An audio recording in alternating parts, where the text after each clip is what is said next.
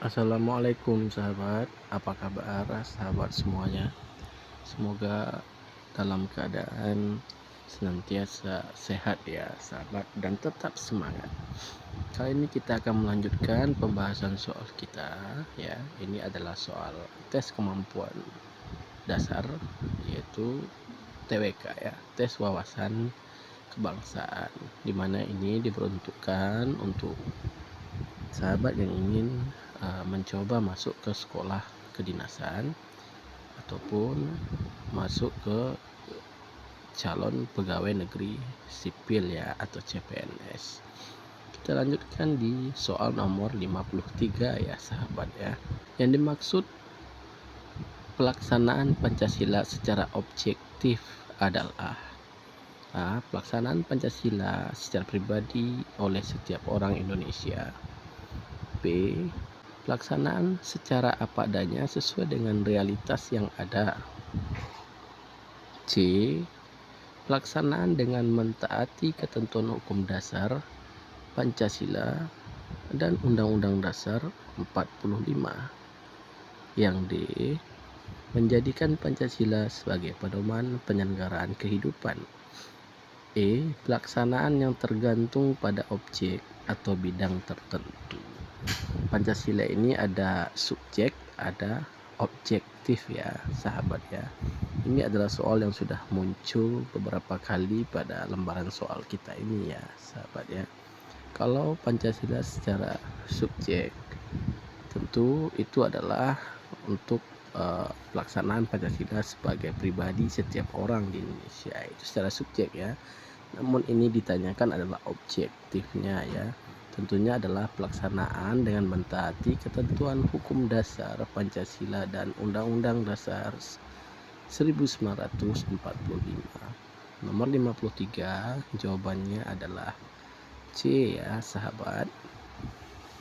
Kita lanjutkan di soal nomor 54. Berikut ini merupakan pelaksanaan kesusilaan sebagaimana terdapat dalam kitab Sutta Soma, kecuali A. Dilarang melakukan kekerasan. B. Dilarang beribadah kepada Tuhan Yang Maha Esa. C. Dilarang mabuk. D. Dilarang berjiwa dengki. E. Tidak boleh mencuri.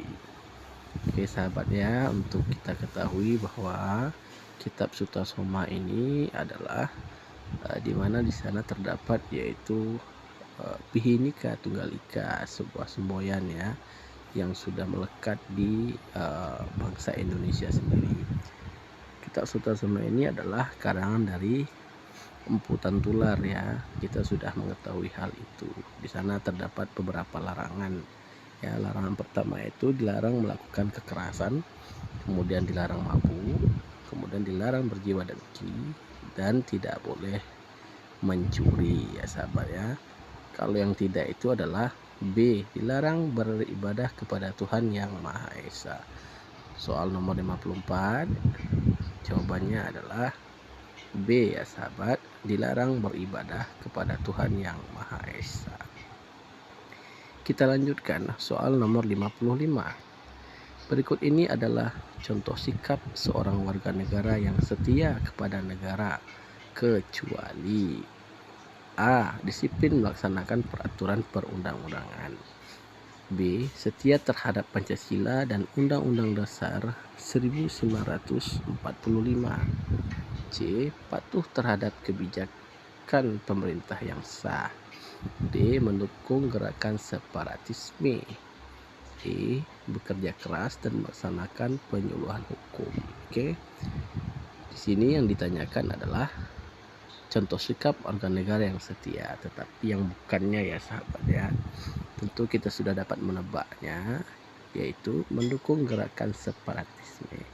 Kenapa gerakan separatisme adalah bentuk dari tidak kesetiaan terhadap negara? Karena gerakan ini dapat memecah belah bangsa Indonesia dan akan terjadi yang namanya kudeta terhadap pemerintahan yang sudah ada. Tentunya ini akan ada tindakan-tindakan kekerasan, bahkan bisa menghilangkan jiwa ya sahabat ya. Jawaban nomor 55 adalah D ya sahabat. Kita lanjutkan ke soal nomor 56. Berikut ini adalah contoh pengamalan Pancasila dalam kehidupan di keluarga, yaitu A. Seorang anak selalu menuntut kewajiban kepada orang tuanya. B. Seorang ayah selalu melaksanakan kewajibannya tanpa memperoleh haknya. C. Seorang anak selalu mendahulukan haknya daripada kewajibannya kepada orang tuanya. D. Saling mencintai dan menyayangi satu sama lain tanpa pedulikan orang lain di sekitarnya. E. Mengembangkan semangat saling asih asuh antara anggota keluarga. Tentunya kalau diberi contoh pengamalan Pancasila dalam kehidupan keluarga, tentunya adalah mendapat kewajiban dan haknya yang seimbang ya sahabat ya, dan bersikap di tempat yang atau di posisinya masing-masing ya.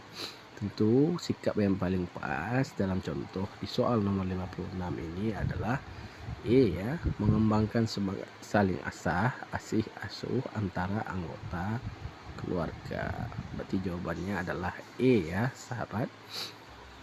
Kita lanjutkan soal nomor 57. Contoh sikap saling menghormati antar pemeluk agama dan penganut kepercayaan adalah A. Menghormati hak-hak orang lain. B. Bersikap saling toleransi satu sama lain. C. Suka bergotong royong antar sesama. D. Tidak semena-mena terhadap orang lain. E. Suka memberi pertolongan terhadap sesama. Ya sahabat ya. Ini adalah contoh sikap saling menghormati ya antar pemeluk agama atau kepercayaan yang berbeda ya sahabat. Tentunya dibutuhkan yang namanya sikap toleransi satu dengan yang lainnya agar sama-sama saling menghormati juga ya sahabat ya. Berarti nomor 57 jawaban yang tepat adalah B. Sikap saling toleransi satu sama lain. Kita lanjutkan ke soal nomor 58. Pengamalan Pancasila Persatuan Indonesia dapat kita wujudkan dalam wawasan Nusantara, yaitu A. Menghayati dan mengamalkan Pancasila. B. Memahami anggaran dan pendapatan belanja negara. C. Memperhatikan dan menghargai potensi bangsa Indonesia. D. Tidak semena-mena terhadap orang lain. E. Menghindari hubungan kerjasama antar negara. Di sini yang ditanyakan pengamalan dari sila persatuan Indonesia ya sahabat ya. Tentunya kalau untuk bersatu kita harus memperhatikan dan menghargai potensi bangsa Indonesia. Itu jawaban yang tepat ya sahabat ya. Nomor 58 jawabannya adalah C. Kita lanjut ke soal nomor 59. Nasionalisme Pancasila adalah semangat kebangsaan yang A. Merasa lebih rendah daripada bangsa lain. B. Menghormati kemerdekaan bangsa lain. C. Memaksakan kehendaknya kepada orang lain. D. Merasa lebih unggul daripada bangsa lain. E. Mengagung-agungkan bangsa sendiri. Mana jawaban yang tepat saudara? Yang tepat itu adalah menghormati kemerdekaan bangsa lain ya. Itu adalah sikap nasionalisme Pancasila sebagai semangat kebangsaan. Oke, kita lanjutkan ke soal nomor 60. Pembahasan tentang dasar negara Indonesia yang ditandai dengan berbagai usulan tentang konsep dasar negara dilaksanakan sejak A. Manusia Indonesia ada. B. Tanggal 18 Agustus 1945. C. Sidang BPUPKI 29 Mei sampai 1 Juni 1945. D. Indonesia dijajah oleh Belanda. E. Indonesia merdeka. Ini tentang dasar negara ya sahabat ya. Kita harus ingat lagi sejarahnya secara sekilas bahwa ada dua hal yang dibuat oleh pemerintahan Jepang untuk menunda Indonesia tidak mengakui pemerintahan Jepang lagi ya. Dikatakan menunda Kenapa? Karena pengaruh Jepang sudah mulai melemah. Jadi pada saat itu Indonesia diberikan sebuah badan untuk membuat dasar-dasar negara Indonesia. Kalau seandainya nanti Indonesia dapat kemerdekaan dari Jepang pada saat itu ya sahabat ya, itu disebut dengan Dokuritsu Jumbyo Sakai, dan nantinya akan ada Dokuritsu Jumbi Nikai ya.